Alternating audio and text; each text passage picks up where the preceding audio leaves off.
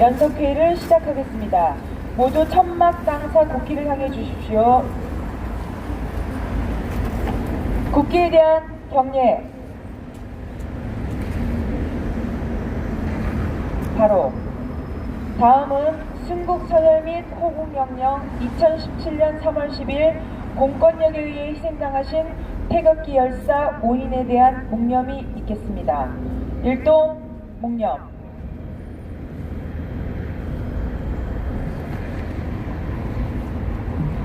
바로 모두 착석해 주시기 바랍니다.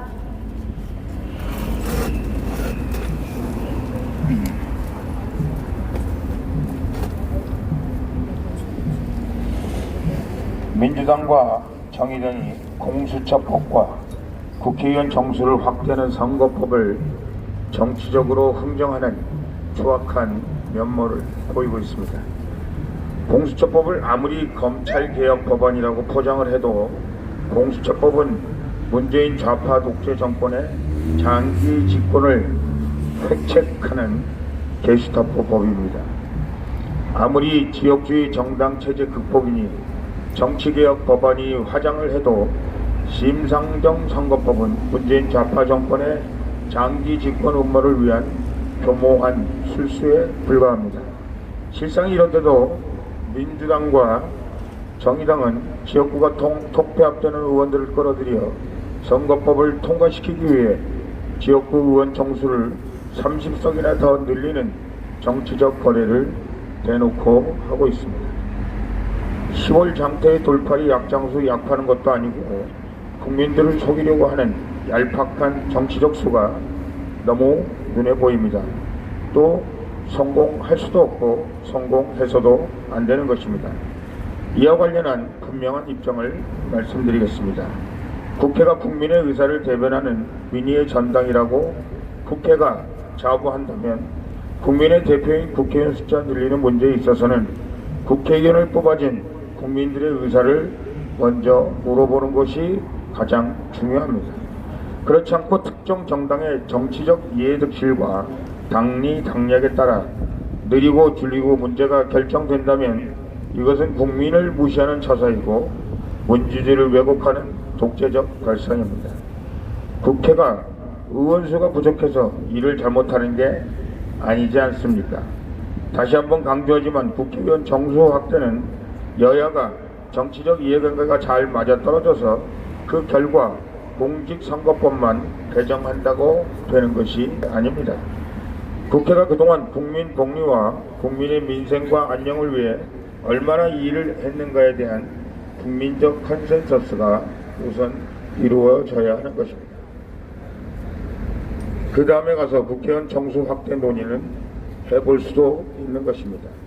민주당과 위성정당 정의당의 정치적 야합의 산물인 공수처법, 국회의원 정수 확대 선거법은 결코 국민이 용납하지 않을 것이고 국민의 저항에 부딪힐 것임을 경고합니다. 정교조 출신 진보교육감 정희국 광주시 교육감이 박정희 전 대통령 서거 40주기인 26일 페이스북에서 오늘은 탕탕절이라는 게시물을 올렸다가 삭제하였다고 합니다.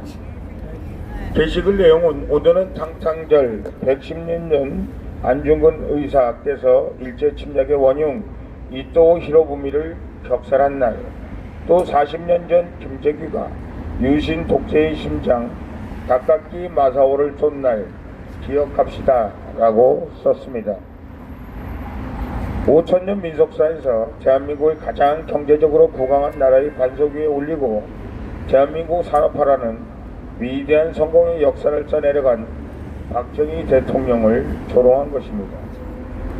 김재규를 안중근 의사에 박정희 대통령을 이토 히로부미에 비유한 짓은 아무리 잘못된 역사관을 가진 자라 해도 해서는 안 될 말입니다.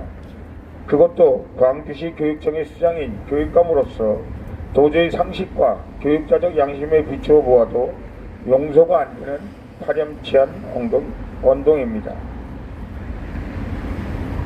장희국 교육감이 법의 노조인 전교조 광주 지부장 출신이라는 사실에서 보듯이 전교조는 우리나라 공교육의 현장을 파괴하고 있는 주범입니다. 건전한 역사관과 가치관을 배워서 대한민국 발전을 위한 건실한 사회 구성으로서 성장시켜 나갈 책무가 있는 공교육 현장은 전교조 교장, 교사들에 의해 정치 이념 투쟁의 장이 되어버렸습니다. 오늘날 대한민국의 좌파들의 나라로 만든 장본인은 민노총과 전교조 아니겠습니까? 전교조는 결코 조합원의 권익 보호를 위한 노동조합이 아닙니다. 학교를 좌의혁명을 위한 전사양성소, 정치혁명의 전투기지로 만들어 우리 학생들을 좌파 이념 선전도구로 만드는 것이 그들의 유일무이한 목표입니다. 촛불 구태타는 말할 것도 없이 서초동 조국 지키기 촛불 집회 등에 어김없이 촛불을 든 어린 학생들이 바로 전교조의 정치학습이 성공한 것을 보여주는 증거 아니겠습니까? 교육에 망친 것에 그치지 않고 대한민국 역사를 망치고 대한민국 미래까지 망쳐버린 전교조에 대해서는 이제 전면적인 투쟁이 아니고서는 나라의 생존마저 위태로울 것입니다.